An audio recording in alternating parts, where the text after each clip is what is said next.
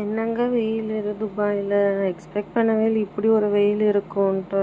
நான் சென்னையில் இருந்த மேரேஜுக்கு முன்னாடி சென்னையிலேருந்து கேரளாவுக்கு போனேன் பாலக்காடு மேரேஜுக்கு அப்புறம் அங்கேருந்து ஸ்ட்ரைட்டாக துபாய். பாருங்களேன், சென்னையில் வெயில், அங்கேருந்து கொஞ்சம் வெயில் தான் இருக்கும், அங்கேருந்து பாலக்காடு ஐயோ மழையோ மழை, அப்படி ஒரு மழை. ஒரு நாள் நான் வெயில் பார்க்கல. அங்கேருந்து ஸ்ட்ரைட்டாக துபாய், மழை வெயில், கிளைமேட் செம்ம சேஞ்சு, செட்டே ஆகல. செம்ம வெயில்னா வெயில். அப்படி ஒரு எனக்கு என்னமோ ஃபிஷ் கறி சாப்பிடணும்னு ஆசையாக இருந்துச்சு. ஸோ ஹஸ்பண்ட் கிட்ட சொன்னேன்.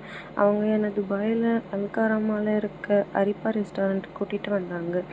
இங்கே ஆம்பியன்ஸ் செம்மையாக இருக்குது. நாங்கள் லன்ச் டைமுக்கு தான் போனோம். ஸோ மீல்ஸ் ஆர்டர் பண்ணியிருந்தோம். மீல்ஸ் வர்றதுக்கு முன்னாடி ரெஃப்ரெஷ்மெண்ட்டுக்கு மோர் கொடுத்தாங்க, நல்லா இருந்துச்சு. நெக்ஸ்ட்டு மீல்ஸ் வந்துடுச்சு. ஹஸ்பண்ட் மலையாளி, ஸோ அவங்களுக்கு மட்டை ரைஸ் தான் பிடிக்கும், அது தான் சாப்பிடுவாங்க. நான் தமிழ், எனக்கு மட்டை ரைஸ் சாப்பிட்டு பழக்கம் இல்லை. ஸோ நான் நம்ம ஊர் ரைஸ் தான் சாப்பிட்டேன். நெக்ஸ்ட்டு பாயசம் கொடுத்தாங்க, க்யூட்டாக சின்ன கப்பில் கொடுத்தாங்க, அது சூப்பராக இருந்துச்சு.